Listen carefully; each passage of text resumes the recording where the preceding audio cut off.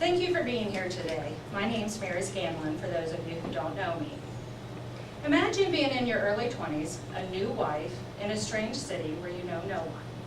Your husband's going to be gone 6 months at a time, every 6 months. As you can imagine, it could get pretty lonely.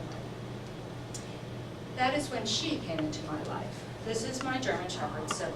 She was a great companion, friend, and confidant. She was always there with a shoulder to cry on. She'd make me laugh, and even provide a little frustration once in a while. She loved to play frisbee, loved to play with other dogs, adored children, and we loved walking on the beach together. Our favorite time to go to the beach was fall, because there weren't a lot of people there, and she could run off leash. She would run for miles, running up and down the dunes, chasing seagulls. And she was very sweet, because she'd always come back and check on me and make sure I was okay and still there. As you can imagine, spending time on the beach gave Sybil a love for water. So much so, she loved to have the water hose squirted full force in her face. The first time she actually had to swim was interesting. We were in a park, she was running around with another dog who ran and jumped into a pond, and Sybil followed, not realizing she wasn't going to touch ground, and you could see the startled look on her face. It just took a few seconds, and her instincts kicked in. She was swimming like a pro. From then on, she would run anytime and jump right into a pond with no regard to any command I was giving her. Sybil was highly trained using voice commands and hand signals. She could even scale an 8-foot wall. And as you can imagine, that made it hard to keep her contained. That was the one frustrating thing about Sybil. She got the opportunity, she was going to run off.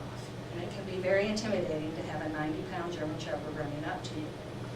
This is Sybil full grown. Usually it was adults that were afraid of her. They didn't know she just wanted to play. Kids loved Sybil as much as she did. She loved kids, so they weren't usually as intimidated, and they loved to call her Tintin. She especially loved my nephews, Adam, Nick, and Billy. She'd play hide and seek with them.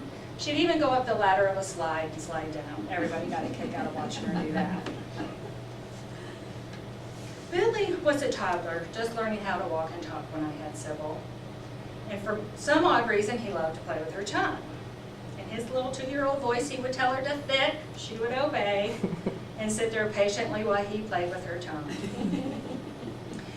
Sybil loved kids so much, she preferred being chained in the front yard so she could watch kids play as opposed to running loose in the backyard chasing squirrels and rabbits. German Shepherds are known for their loyalty and protectiveness. And I experienced that one time with Sybil when a family friend came to pick me up for an outing who was afraid of Sybil and would not be introduced to her. When we returned, there had been quite a commotion. Sybil had gotten stuck 3 stories high on the windowsill. She had broken through the screen. The fire department was called, who would not do anything about it, and I don't blame them because I wouldn't face a scared German Shepherd either. A neighbor that Sybil knew well was able to coax her back in with her voice, and when I got into the house, it was obvious Sybil was trying to get out. She had crushed brass doorknobs, there was blood all over the mini blinds, and she was very happy to see me. I got a little extra love that day from her. She was very glad I was home. The AKC says German Shepherds do not give love and affection lightly, and they typically are a one-man dog. I feel very blessed Sybil felt me worthy of her love and affection. She's been gone 11 years, and I still miss her. Thank you for letting me share her story.